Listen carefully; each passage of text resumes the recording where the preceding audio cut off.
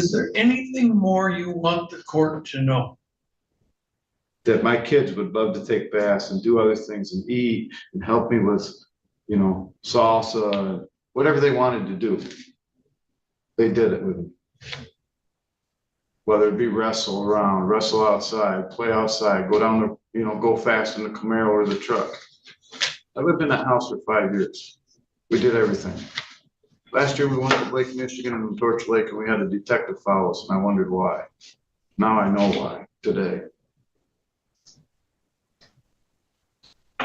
I'm not very accusatory on any of these situations because I can prove every one of them.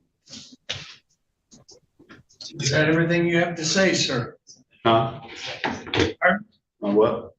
Is that all you have to tell the Sir, you court? need to take your phone away from the microphone. Thank you. Do you have anything else you want to tell the court? That I've missed a lot of time with them, and every time they've said that I couldn't care about them or go to a meeting or go to a doctor's appointment, you know, they gave my daughter 9 shots after they shouldn't have, right? I had that signed off in Jonesville, or his mother did. There's a lot of issues here that are allegation against the courts and not just me. I'm more interested in what's for For you. me, right, and I understand that because obviously it's going in a better direction if we talk that way.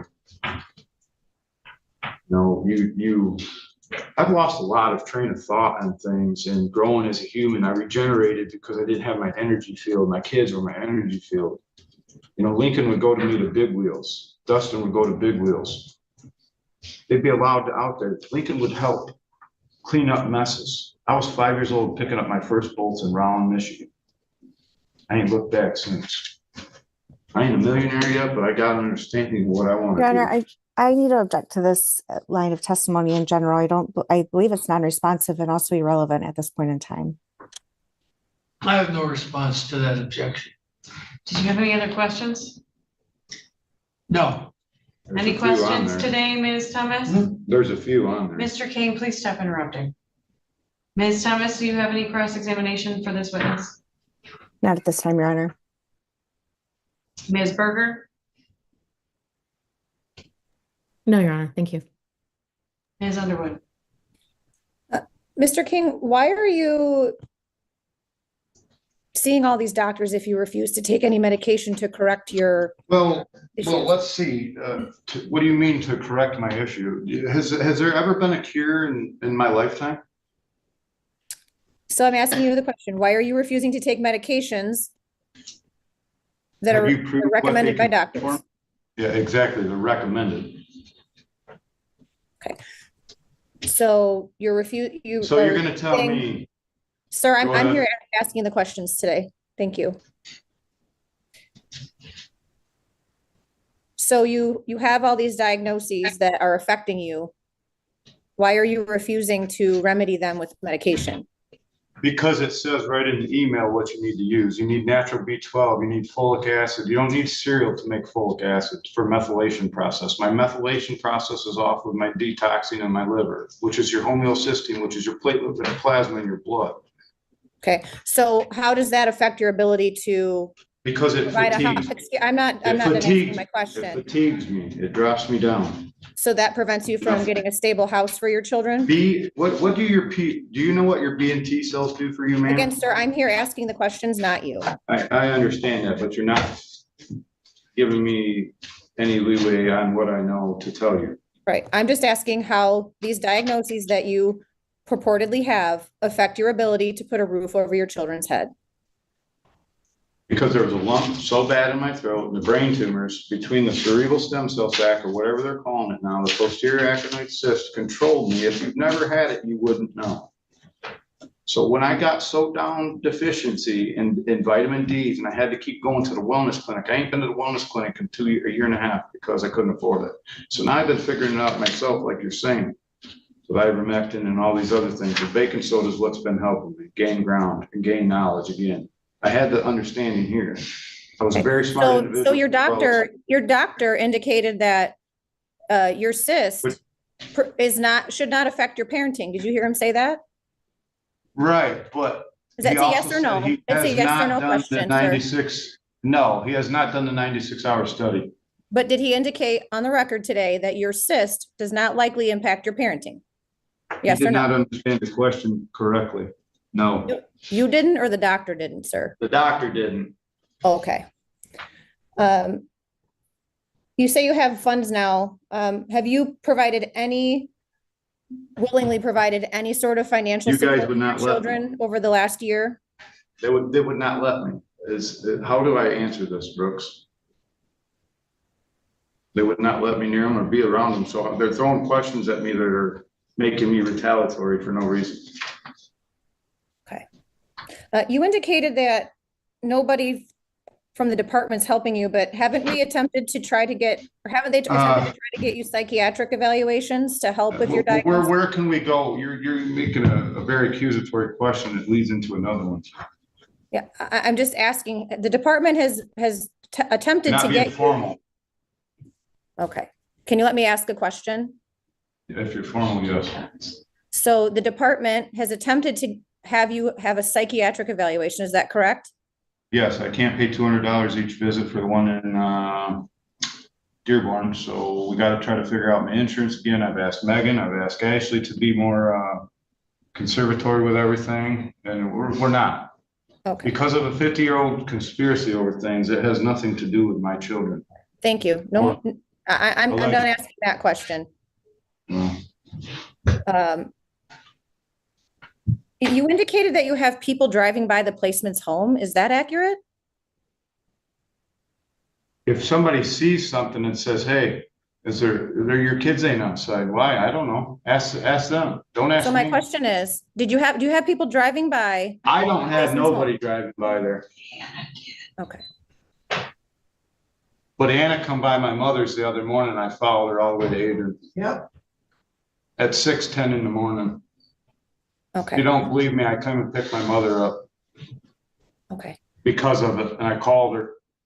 So if the children Get a were little- returned to you, today, how would you provide a roof over their I heads? would probably get out of town if you guys allowed me help to get out of there because I don't want to be near her. So you don't have stable you would- housing? I've been Sir, shot at. sir, you don't have stable housing, correct? Today, Correct. you're putting words in my mouth. No further questions. Thank you, Judge. Okay, did you want a redirect opportunity, Mr. Brooks? How much damage do you think has been done to your relationship with your kids by the 1 year absence? A lot. But I understand where a bond is that probably didn't get left off because when I said I wake up every morning to my daughter, for them to say my kids weren't saying, I love you, Dad. My mother's right there. She understands what my daughter said. I slept in the bed. I slept in the living room. Nobody cleaned the house up, dude. It got so bad. I got so sick. I couldn't do nothing. I kept telling my landlord. Obviously, he bought me out of the place because I was so sick. I couldn't do nothing. Nobody cared. I kept telling him I had stuff going on. I had pressure up here. My buddy's got it like this right now. I've been trying to get him into the doctor in Toledo. I went to school with this guy. And he said, dude, you used to have something right there. And I said, yeah, it's been going down. The pressure's going down. I don't have as much headaches. I don't puke. I don't nothing. Obviously, the pressures are relieved. So obviously, I'm doing better. Chris wants your email. That owns Fast Guys. Thank you. I have nothing further. Okay, any recross? No, Your Honor. No, Your Honor, thank you. None, Your Honor, thank you. Thank you for your testimony. You may return to your seat. Press to explain how life would improve for the children. King talks about old outings, cars, wrestling, baths, and people who believe in him. Any other witnesses, Mr. Brooks? No, Your Honor. Any witness presentation today, Ms. Underwood? Your Honor, I'll call Sherry McKinney, please. Okay. Damn, Sherry McKinney appears to us by Zoom. I'm here. Thank you, Mr. Kenny. Can you please raise your right hand? You swear or affirm to tell the truth, the whole truth, and nothing but the truth, so help you God? Yes. All right, Sherry, I'm just going to remind you, we are on YouTube, so if you could just refrain from utilizing the children's names, okay? Yes, ma'am. All right.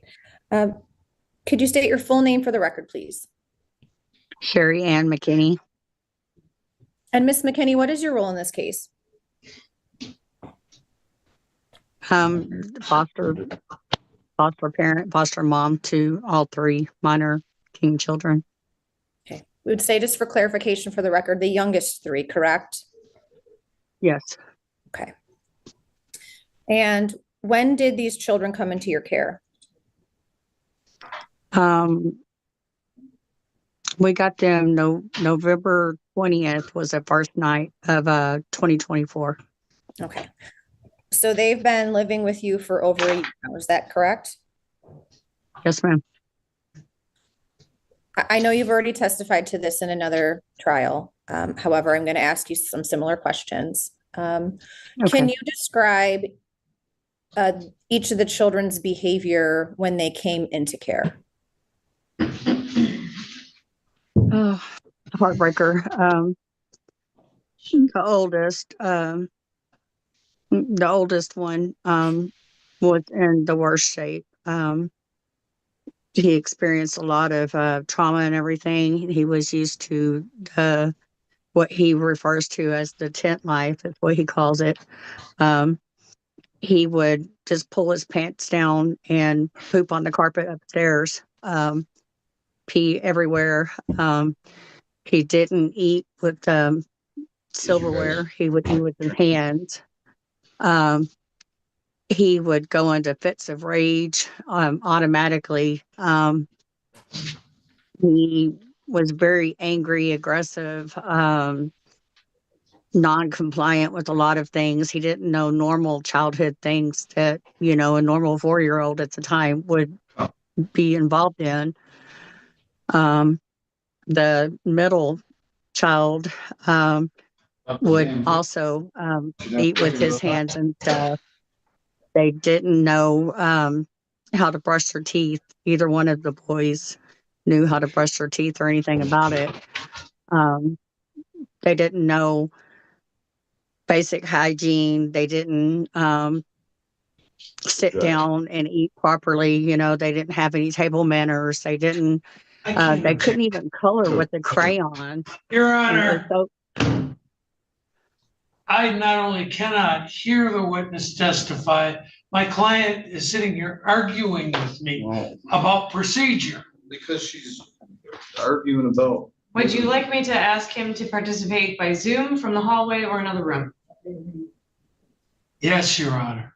Very well. I think that's appropriate. I too have had trouble hearing and making sure that I'm able to understand the witness Well, testimony. nobody wants to get involved in this So whole Mr. matter King, you're anymore. welcome to try the hallway, Charles, and if nobody that wants doesn't involved in this whole matter. okay, if that doesn't work for you, then we have a lockup option I available don't to want to you. be locked up. I'll block it. All right, you're welcome to log into Zoom if you wish. I don't want to be in this shit. Thank you. I don't understand none of it. You guys. Mr. King, you're gonna need to leave the courtroom. I think I do. I don't understand none of it. Ma'am, you're gonna need to refrain from making comments too. That's I absolutely. apologize for the interruption, but I couldn't hear arguing with me. You weren't the only one, Mr. Brooks. All right. I'm sorry for the interruption. Ms. Underwood, if you want to redirect your witness or begin again, it's up to you. Sure. Ms. McKinney, I think you were talking about the middle child and his behaviors when he came into your care. Is that correct? If you could just continue. Yes. Okay. The middle child, he also ate with his hands, didn't know how to use silverware. They didn't have, neither one of the boys even knew how to hold a crayon to sit down and color a picture with crayons like a normal 3 and 4-year-old would at the time. God, they've advanced so much. Now, They and then the were- youngest, she was just a year old or so when you had her, correct? Right. Yeah. Okay. So we basically, to be blunt, had to teach all 3 kids together how to use silverware when they're eating, basic, table manners, and teaching the boys to go potty in the toilet, things like of that nature. When the boys came into We- care, would they hoard food as well during meal times? Yes, especially Lincoln. Oh, Oh, that's sorry. okay. The oldest of these three minor children, he would stuff food in his pockets, and he would say that he was saving some for later. And at the time, he was going to Trenton Hills Learning Center, and there was a lot of times when his teacher had recalled before he came into our care that he would bring his backpack to school empty, and he would take all the snacks that he could and fill up his backpack and say so he could take food home to his little brother and his baby sister because they didn't have food. So yeah, he was used to hoarding food to have something to eat for later. Okay. I'm going to move on to the next question. And Okay. I know that I believe the boys were 4 and 3 when they came into your care. Is that right? Yes. And was their speech very, very difficult to understand? Oh yeah. Okay. Yeah. Now, since being in your care, is it true that both boys have been in regular schooling and received speech plans Your and things? Honor, excuse me, but I'm objecting on the grounds that counsel's questions are highly leading. She's practically testifying herself. Any response? I can rephrase. Thank you. Have the children started regularly attending school since being in your care? Yes, they have. Are they receiving speech services and other services that they need? Yes, they do. Both boys. Do they receive regular doctor and dental care? Yes. Okay. Has the youngest been evaluated for early on? Yes. Is she receiving services? Yes. Okay. As far as the oldest child in your care, there have been some concerns about his behavior with his younger brother. Is that correct? Your Yes. Honor, Your Honor, counsel is continuing to just lead the witness. I would have to agree on that, Ms. Underwood. Have there been issues between the siblings since being in your care? Yes, there has. Would you like me to express those issues? I guess what have been your major concerns with, if any, with the siblings?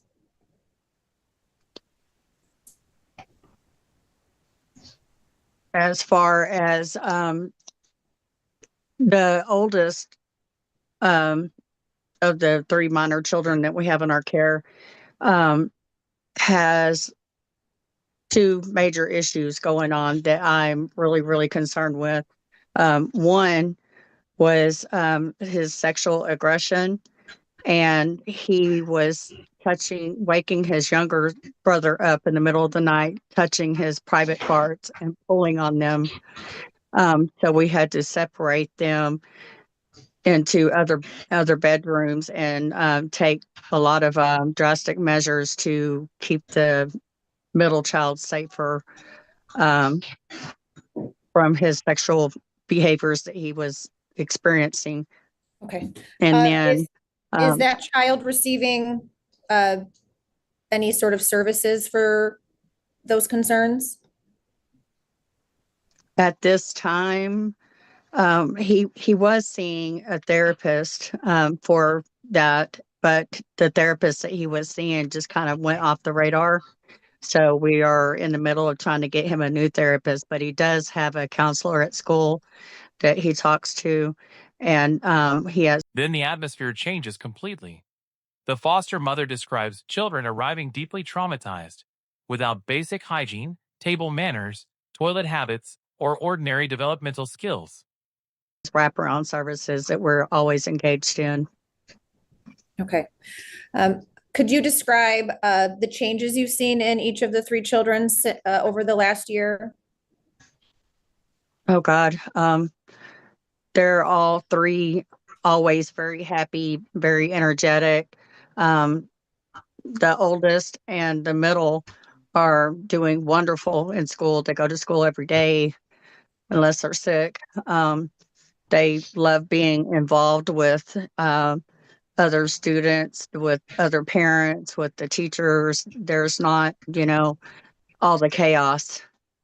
They love a normal routine in life, the consistency. They're vibrant, they're learning, they're doing so good. Their health, their dental, everything is on target. They're doing wonderful. Okay. And they've learned to use utensils in the toilet and Yes. Yeah. Okay. Is there anything else that you believe it would be important for this court to know today? Um, Ms. Just King, that- I can hear your comments, and if it happens one more time, I'm gonna ask you to step out as well. Please refrain from making comments. Go ahead. I would just like the court to really take into consideration how fulfilled these children's lives are. They have a safe, stable home that they enjoy every day coming home to. They love the normal childhood experiences, and they're very healthy now. They're very well kept. They're very well mannered, and they're doing great. They're living their best life. That's all I want for them. And if necessary, or if it came to that point, would you and your partner be willing and able to provide permanency for these children? Oh yes, 199 without a shadow of doubt. Yes, completely. Thank you. I have no further questions, but the other attorneys might. Okay, Ms. Thomas, any questions? Ms. McKinney, I know that you've provided quite a bit of testimony in Ms. Miller's Okay, case, but sorry, hang on a second.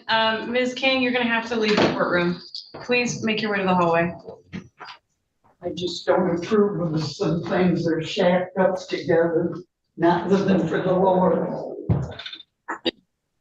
I'll get my paper, please. Thank you. All right, It's okay. Go ahead. Stay in the hallway. You're my. sorry about that, Ms. McKinney. You've testified in Ms. Miller's case, and so I'm sorry if some of these questions are redundant. And to clarify, are you related to Ms. Miller? My spouse is Miss Miller's uncle. And do you have an ongoing do you and your spouse have an ongoing relationship with Ms. Miller? No. And if you were to provide permanency through adoption, can you help the court understand how you would protect them from future harm? I will do anything and everything, for these kids. I provide them, all their medical needs, all their educational needs. We want to get them involved with sports and everything. I would give my life to protect these kids, but also now that question is kind of out there, if this does go to the next step of permanent placement, Josh and I both 199 hands down, we will do that.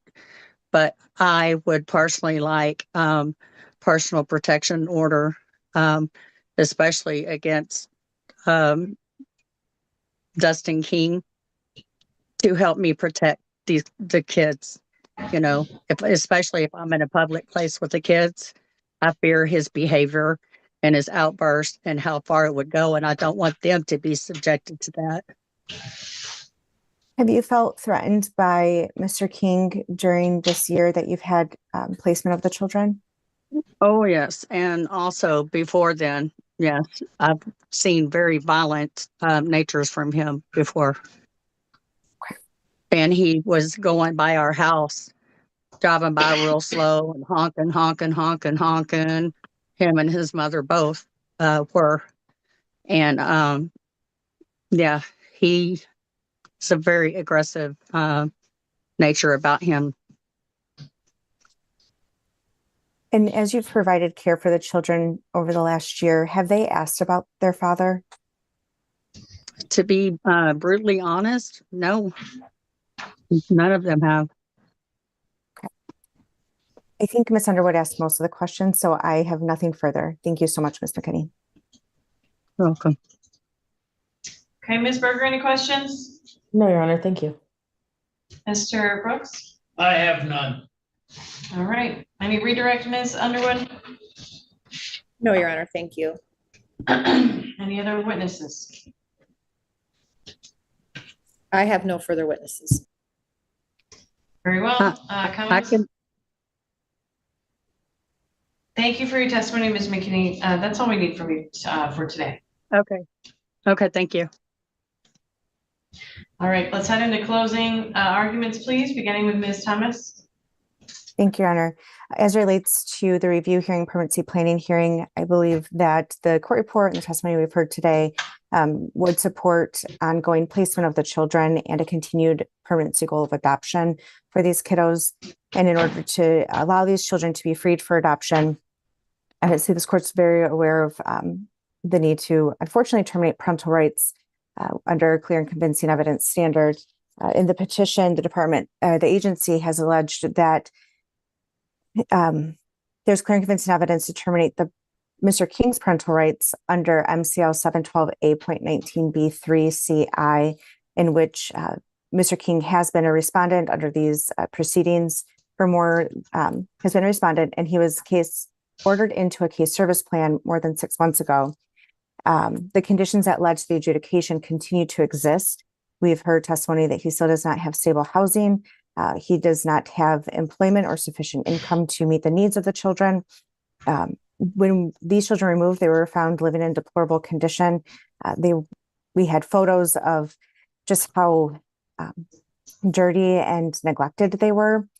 And Mr. King still has not taken any personal responsibility for their condition.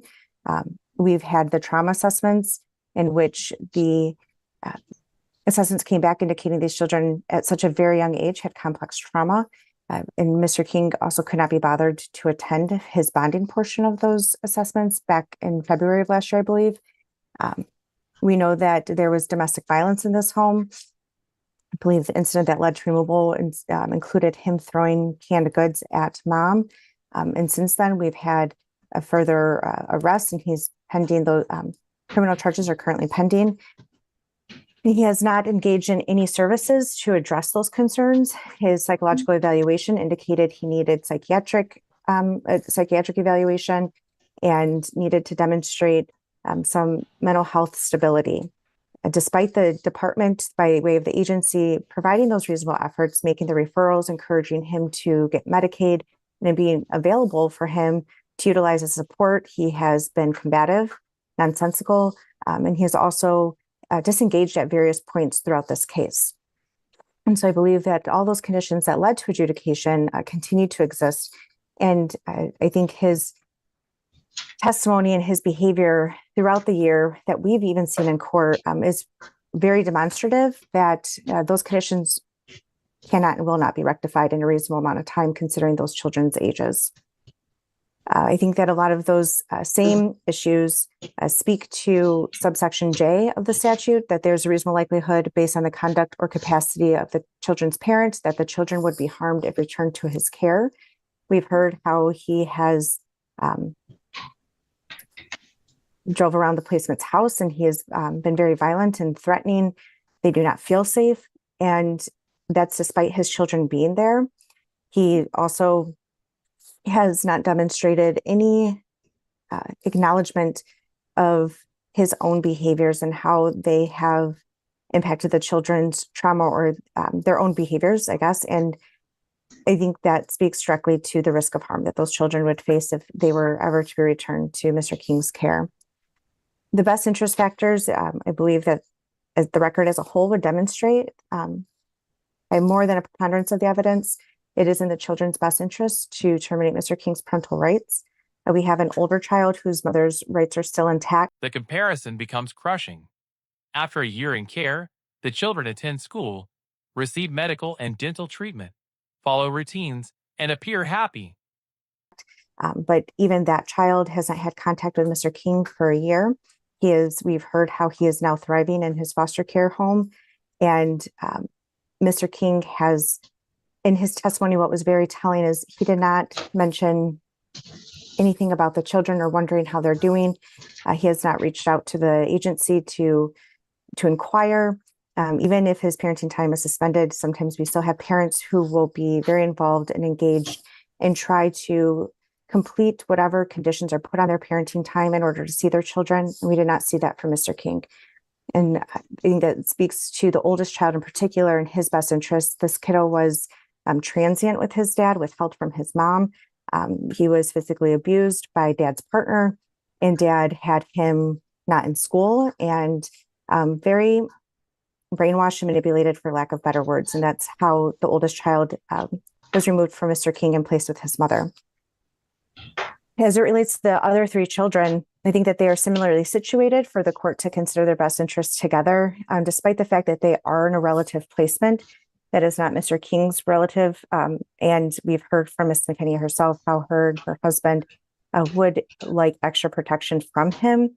So I don't believe that that would weigh in favor of maintaining parental rights at this point in time. We have relatives who are willing to provide permanency through adoption. They have been able to maintain the same community environment with these caregivers. And we've heard plenty of testimony, and through the reports, we've also seen through the progression of this case, how the children have been able to adapt to a more typical childhood. They don't have to live in a tent life anymore. They have shelter, they have toys, they're clean, they get to the doctors, they get to go to school and be part of a community. And I think all of those things really support this court finding that termination is in the children's best interest. Furthermore, these children, because of what they were exposed to so early on in life, have so many special needs, and obviously those neurological conditions also need to be addressed, and they need to continue to receive treatment. And the parents, Mr. King particularly, did not do anything to address that prior to removal. And we've had caregivers who have had to step in and get these children stabilized. And there's nothing that demonstrates that Mr. King would be able or willing to do that if they were in his care. For those reasons, Your Honor, we're asking the court to terminate Mr. King's parental rights, commit the children to the department for adoption purposes, and grant any other relief this court deems necessary at this point in time, specifically as it relates to protections for them in their placements. Thank you. Okay. Comments today, Ms. Berger? Thank you, Your Honor. I am in agreement with the department. I've been able to talk with my client several times. And although he is fairly young, he really has a lot of insight into himself and to his family situation and the things that he's experienced. And he does wish for his father's rights to be terminated. He was very blunt with me with that, very honest, very open, and has been steadfast since I started meeting with him. Before even there was a termination trial scheduled, he was like, I'm done. I do not want to be with him anymore. I do not want him to be able to, reach me, contact me, anything like that. So, I last spoke with him less than a week ago, and he was still the exact same in the exact same position. So, he is in support of the agency and of the petition. I believe it's in his best interest. He believes it's in his best interest. And I think that in not doing so, it would subject him to such a backward slide that it would be almost dangerous for him just to even have that option open in the future. So we are in support of it. We would ask that the court grant it and that it allow him some levity, I guess, in the situation, and some calmness for him, knowing that there's at least one less person who could subject him to the things that he's been subjected to in the past. Thank you. Mr. Brooks, any comments?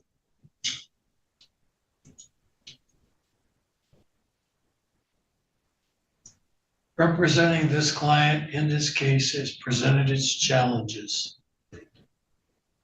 All I can say to this court is, before you can terminate parental rights, you must prove by preponderance or by the overwhelming evidence that there is no other alternative. And I submit to you that that's what I have to say. That it should be proof, clear and convincing evidence that his parental rights should be terminated. Thank you. Ms. Underwood. Thank you, Your Honor. I'll just first briefly provide a report on all the children. The oldest child who is placed in a non-relative foster placement is thriving. He's had a rough road, as this court's aware. He was originally placed with a non-respondent parent who then since has become a respondent and then removed from her care. This is the most stability he's had in a very long time. And although he's torn because he's old enough to know, and frankly, he's been exposed to and remembers the most out of all of the children. He is resilient, he is bright, and I see great things happening for him in the future. Where he's placed is absolutely in his best interest and continues to be in his best interest. And it's where he wishes to remain at this time as well. He's very closely bonded, especially with the female caregiver in the home. And they are doing a wonderful job of making sure that he receives all of the medical, mental health, and educational needs that he has. With the youngest three, they're all much younger, too young to really demonstrate a true preference. But I mean, I think if you were to ask them all, they love living where they're at. They are also thriving. They're getting all of the needs that they have, which is an overwhelming amount met in their placement. They're able to remain together, which is wonderful. They're going to school, they're getting the medical care they need, and they have that stability and love and nurturing that they were lacking for a very long time. This is such a sad case. The reasons for removal were just terrible. And the life they live now compared to a year ago is just 180 degrees different. And for that, I'm very grateful that the youngest three have a placement that is so loving and nurturing. They should continue to remain in that placement, and I believe it provides them the most permanency and stability. As far as this termination trial goes, Your Honor, I'm really passionate about this case because it's a difficult one when you have a parent who's blaming literally every person, every agency, everyone they can point the finger at, while apparently on a conquest to find the truth for their health, yet they're refusing to engage in any health services that are provided to them. I think the department has certainly met its burden in attempting to engage with Mr. King, assist him in finding services, assist him in finding healthcare providers, assist him in a myriad of things, and he has simply refused to do so. Aside from a couple of therapy visits over the last month, I don't think Mr. King has done anything toward his case service plan. And frankly, he's a danger to the children. I think he's potentially a danger to the placement. And to be honest, I'm glad that I'm on Zoom today because I'm not certain how he would react if he saw me in person. He's a loose cannon, and it's unfortunate that he's not getting them. The oldest child's attorney delivers perhaps the sharpest blow. The child consistently wants his father's rights terminated and wants no future contact. Mental health help that he needs because he would truly be better off if he could do that. I believe the department has met its burden. I think it's certainly in the children's best interests for Mr. King's parental rights to be terminated. I know it is the wish of the oldest minor child as well as he's old enough to demonstrate that preference. And it's my recommendation as well that termination be granted in this case. It's not only met by an overwhelming amount of evidence, but also if you look at the best interest factors, it certainly favors the best interest of all the children. Thank you. Well, thank you. The court finds all interested parties were given notice for purposes of today's hearing. That was, of course, not only for the review and permanency planning piece, but also the termination, the hearing on the petition for termination of parental rights as it relates to Dustin King. The court's already reviewed on record that he was personally served back in November with that termination petition. In addition to being told a number of times that it was coming and some other opportunities to look that over. It's been filed since October 2nd, 2025. The findings as it relates to permanency as well as a general review are very much similar to the findings that the court needs to look at for purposes of whether or not to grant a request to terminate parental rights. Effectively, the termination analysis is a little bit wider in this court's opinion than a regular review hearing. For example, the court always has to look at whether or not it's safe to return the children to the care of the parent after disposition in a case like this, whether or not there's been any progress made in the case services plan. And those are very short summaries of the same statutes that the court is asked to look at for purposes of clear and convincing evidence in support of a termination for parental rights under MCL 712A.19B3, 4 and 5. I'm sorry, 19B3 CI and J. But the request for termination also asks the court to consider whether or not only the conditions that led to the adjudication continue to exist, but whether or not there's a reasonable likelihood that they could be rectified within a reasonable time considering the child's ages. So in short, there is clear and convincing evidence that that the statutory grounds for termination have been met under MCL 712A.19B3 CI and J in this case. Certainly Dustin King's been a respondent for more than 182 days. He's had nearly a year to work on his disposition order. Let's see. 2/4/2025. So he's not quite at a year yet, but the court has to look at the case every 6 months for permanency at a minimum. And the children were all effectively removed from his care November 21st, 2024. As Ms. Underwood went over, the older child was removed from Mr. King, but then also removed from his other parent in August of 2025. But effectively, all 4 of these children have been removed from Mr. King, again, since November 21st, 2024. It should have been no surprise, really, to Mr. King that the court would have expected him to find housing for himself and his child, to find employment, to provide transportation for them, to meet their basic needs. Those were all really simple things that were outlined at the outset of the case. We've heard about the devastating conditions the children were found in at the time of removal. I've heard about that several times over the course of the time the courts had jurisdiction, and Ms. McKinney's had to recount some of that again for us today. The children are certainly not in the same conditions that they were at the time of removal, but unfortunately, Mr. King is. He has failed to find himself suitable living conditions. He's not able to provide really for himself, let alone provide for his children. And he clearly has untreated mental health conditions that continue to contribute to an additional significant risk of harm to their mental and physical health. His behaviors today, his testimony has been very consistent over the course of the hearings that he's participated in, and are described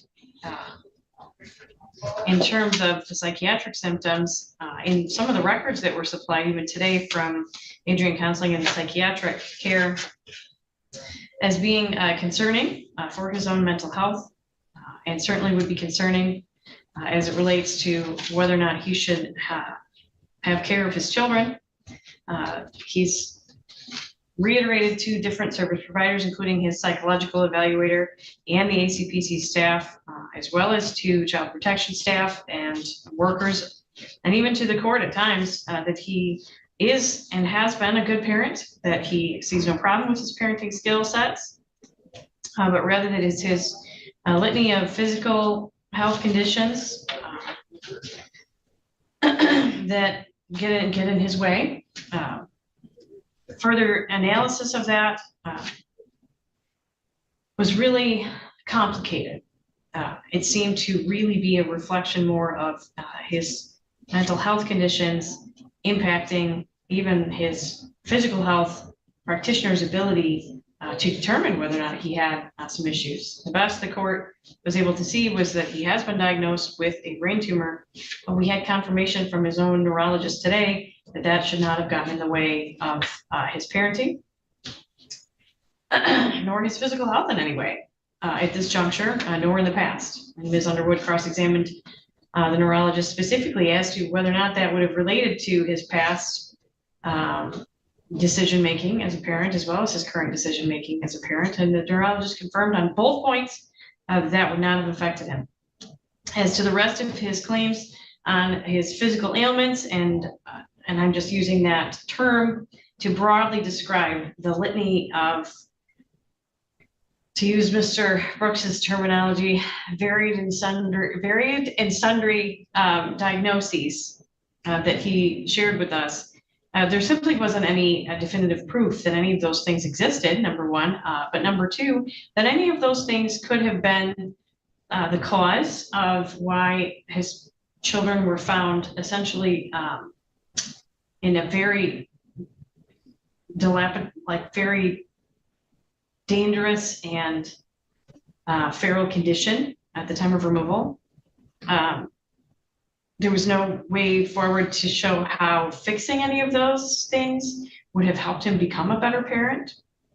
And all of those pieces are simply things that the court takes the time to note in order to support the fact that there's clear and convincing evidence here that these children would be harmed, and that there's no reasonable time moving forward that we could see Mr. Dustin King remedying any of the conditions that brought his children into care. He hasn't done so at this point. He continues to insist to this day that medication and treatment for his psychological issues remains something he's not interested in doing in any uncertain terms. And yeah, so all of the areas that were considered by the court at the time of removal certainly do continue to be in place, and certainly there is no reasonable time that we could expect him to improve in those areas, considering that they have been in place for a year, and at the time of removal had been in place for a significant time before that. All of those things do clearly provide evidence also that there is a reasonable likelihood that his continued conduct would place all of his children in harm's way. And the record is certainly replete with additional evidence on these points. It's almost redundant for the court to even highlight some of the facts and circumstances. The court record that's been developed over the period of time since February to today is absolutely very thorough with regard to the analysis that was provided to the children, the trauma assessments and CMH assessments, and continued monitoring through opportunities for programs like Orchard's Family Services, which is a parenting assistance program, and Brene Moore, who's one of our experts that spoke to the risks associated with parenting time. You have the trauma assessments on parenting time also. And as Ms. Underwood noted, Mr. King didn't even bother to participate in two of those assessments to look at whether or not his bond with the children was healthy, or could be improved, or could be analyzed. And the medical defense collapses under the court's analysis. The neurologist did not connect the brain condition to parenting failures. Other claimed ailments lack proof. Supported in a way that would allow him to even see his children. Throughout the case, he's not been able to visit with his children because of stalwart support against parenting time, because of both the practical observations of the children's reactions as well as the support of professionals, including many that the court's already shared. And that really takes the court into part of what we look at for best interest factors analysis. In this case, the parent-child bond is always a major consideration for the court as it relates to each of the children. The oldest child, Ms. Underwood took the time to highlight his preferences. He's clearly old enough to express a preference and was very adamant that he does not want anything to do with his father. It's clear that his bond with his father is characterized by the extensive abuse and neglect that he suffered while in the care of his father. He's still struggling with some very significant challenges, especially for a child his age. And I'm just going to say that rather than articulating those specifically on the record again, as our caseworker has already done, I'm going to take judicial notice of her testimony as well as the documentation that was provided in the court report today to say that he has significant behavioral and mental health needs that he is working diligently on. He's making progress, but they still remain challenges, and those challenges are a direct result of how he was treated while he was in the care of his father. And that he hasn't forgotten that, and that's clearly impacted his bond with his father. And he's struggling to develop relationships with parental figures and support people that resemble something supportive rather than damaging for him. And he'll likely be tackling that for many years to come. The same is true of the other 3 children concerned.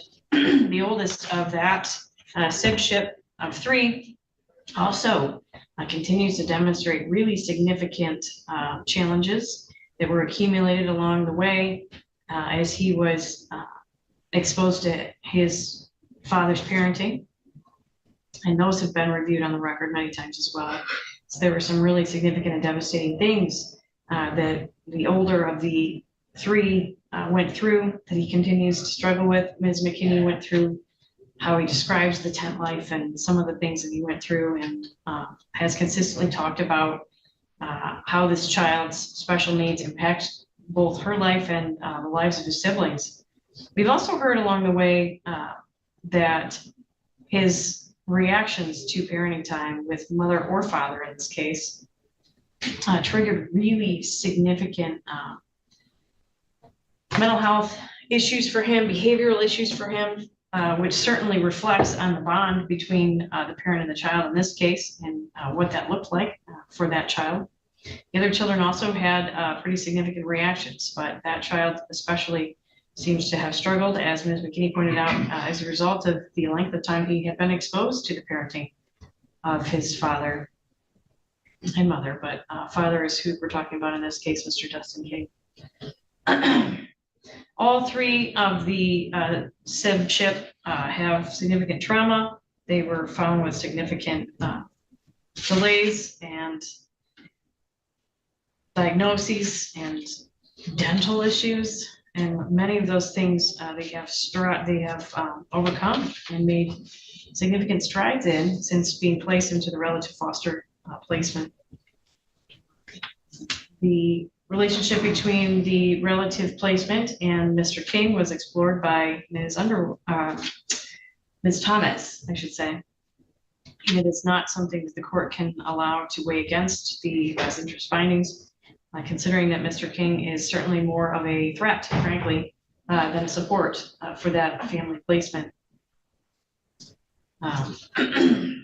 That family placement for the younger 3 and the foster care placement for the oldest child are certainly the best placements that these children have been in for some time. And at this juncture, the court does look at comparing those 2 environments. That has been a support that has allowed all 4 of these children to make some really significant progress, and speaks to the children's resiliency and hope for their future. This parent did not make any progress around developing parenting skills or even understanding why the environment that he had created for them was such a problem. That was in large part, in this court's opinion, as a result of his unstable mental health, which he continued to demonstrate up and through today.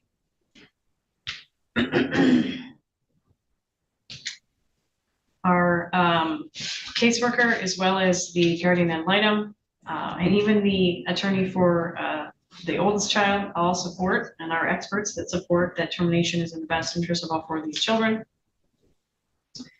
The oldest, all four are similarly situated in a sense that this parent, the court's asked to analyze today, would certainly be a significant risk of harm in returning them to his care for many reasons that I've already explored. And all of them, in different ways, have their own special needs that require a higher level of parenting as a result of that trauma that they've gone through. The youngest three have not really developed enough to express their wishes, but again, have demonstrated feeling comfortable, safe, and secure in their placements. So for all those reasons, I find that it is in the best interest of all four children to terminate the parental rights of Justin King. We're gonna have our next review. The oldest child's other parent still remains part of proceedings and is working towards reunification. His next review, next review is set for January 6th at 10 a.m.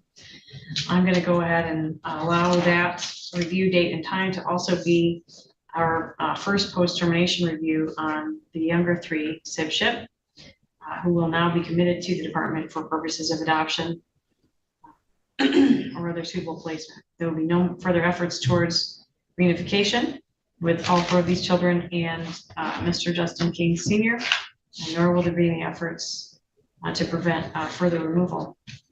And the orders will reflect that. They will be served on Mr. King today, who I believe still remains in the hallway. At the volume level that I'm hearing is any indication. And unless there's any questions, that's all for today. What was Thank you, the Anna. next review date, Your Honor? Did you ask me the next date? Yes. Yes. Okay, January 6th at 10 a.m. Oh, perfect. I already have it on my calendar. Thank you. Yes, that's what I thought too. We'll just keep them all together, even though they're at slightly different stages. All right, guys, the ruling is final and devastating. The judge finds termination serves all four children's best interests, ends reunification efforts, and commits the younger three toward adoption. Outside the courtroom, King can still be heard as the case closes.